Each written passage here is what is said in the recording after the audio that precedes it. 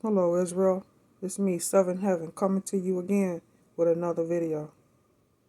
Okay, we're going to listen to this young man speak upon the solar flares that flares off the sun that supposedly hits Earth or hit it Earth.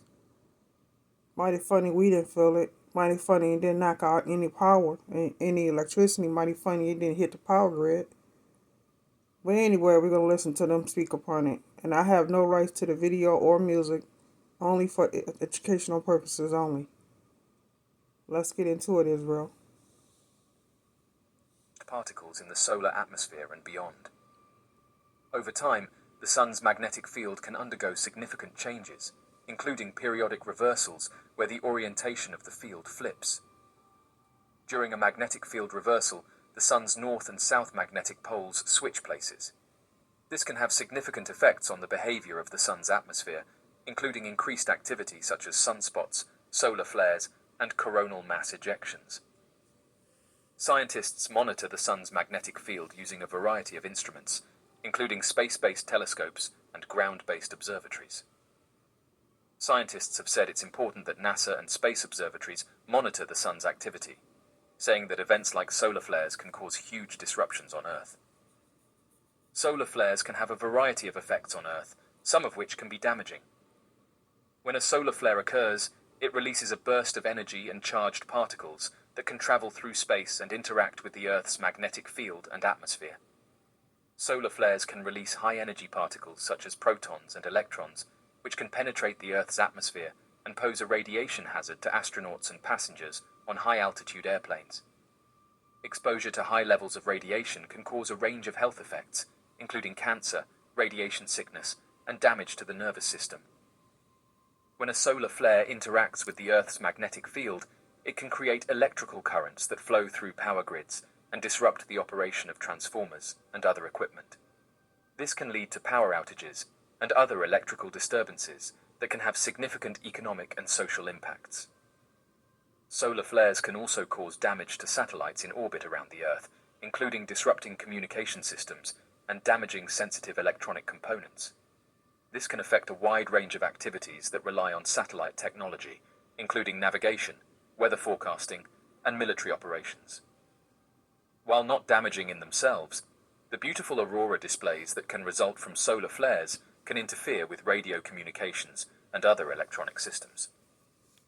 Scientists and engineers monitor the sun. We know, Israel, that when we have a solar flare coming off the sun, it knocks out the grid worldwide, leaving us in darkness, leaving us vulnerable for other nations to come and attack us because our power grid is down. We can't detect what's coming towards us and what's getting ready to hit, so they can nuke us anytime they get ready. And well do they know this. So you know the importance of these solar flares popping off the earth, off the sun, onto the earth. Sun's activity closely to predict and mitigate the potential effects of solar flares on Earth. Space agencies like NASA also have spacecraft and monitoring systems in place to detect solar flares and warn of potential hazards. Did you hear that, Israel? Now, supposedly NASA have spaceships that's ready to do what? Attack the solar flare that's going to come and hit Earth? Or supposedly hit Earth? Is this what everybody's seeing up in the skies? They allegedly spacecrafts saying that it's aliens hitting Earth when it's really them. Something to think about, Israel. A star 4,566 light-years away has just erupted.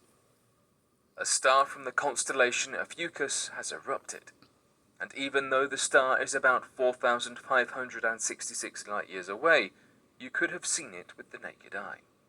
The star, RS Ophiuchi, was shining 7 magnitudes brighter than usual. Nova, or the eruption of a star, are extremely rare. This nova was even rarer as it was a recurrent nova.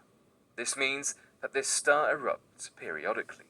Only 10 of these stars have ever been found in the Milky Way galaxy. RS Ophiuchi last erupted in 2006, so it was due for another nova, as it usually has one every 15 years. But what causes these eruptions? First, it's important to know that RS Ophiuchi is a white dwarf binary star. Because it is a binary star, it is in close orbit with another star. In this case, the other star is a large red giant. As the two stars spin around each other, hydrogen is drawn off the giant star by the smaller dwarf star. As the hydrogen accumulates on the surface of the white dwarf star, it heats up.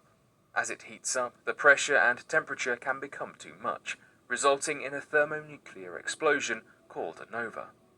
If there comes a time when the white dwarf planet accumulates so much mass from the red giant, it may become unstable. If this happens, it will explode in a type Ia supernova, which will end the binary relationship between the two stars. But that has not yet happened to RS Ophiuchi. The small star is still spinning around its red giant. Scientists predict that it will be another 15 to 20 years before the small star can build up enough hydrogen for another nova eruption. This means it will likely occur in the 2030s. One of the most extended gaps between the novas happened between 1985 and 2006, with a 21-year gap. This means that the next nova could happen over 20 years from now, but then again, it could also occur in the next decade.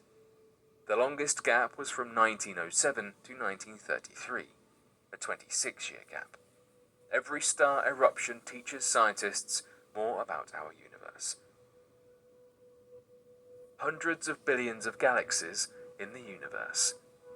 The Milky Way galaxy is undoubtedly the most famous galaxy. Its existence brings on the question just how many galaxies exist. Counting galaxies, the vast collection of stars that populate our universe, seems like an impossible feat. The first deterrent is simply how many there may be. Once we get to counting multiple billions of galaxies, the maths gets a little tricky. Another deterrent to finding the real number are the limitations of our instruments. In order to get a good view of space, a telescope needs to have an aperture about the diameter of the primary lens, and to avoid distortion from Earth's air, it must be located above the atmosphere. You're the guy with the gun, the person who would do anything to protect the ones you love.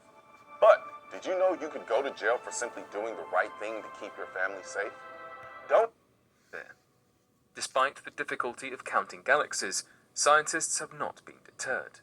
An example of astronomers attempting a count is how they used an image made from the combination of 10 years from the Hubble Space Telescope called Hubble Extreme Deep Field, or XDF. The telescope focused on a patch of sky for 50 days of repeated visits. Through many hours of collecting faint light, the XDF was able to detect thousands of galaxies, making it the most in-depth image of the universe ever taken at the time. The Hubble Space Telescope had been an incredible source of information for astronomers in its 19 years of shuttle missions. In its 5th year, astronomers pointed the telescope at a region called Ursa Major, and in just 10 days of observations, it found about 3,000 galaxies in one frame. Hubble was also pointed twice at a spot in the Fornax constellation and at a portion of the ultra-deep field. With each experiment, thousands of galaxies were detected. Due to the sheer number of galaxies detected in multiple small regions, Hubble revealed about 100 billion galaxies. However, some experts expect the number to increase to 200 billion once telescope technology improves.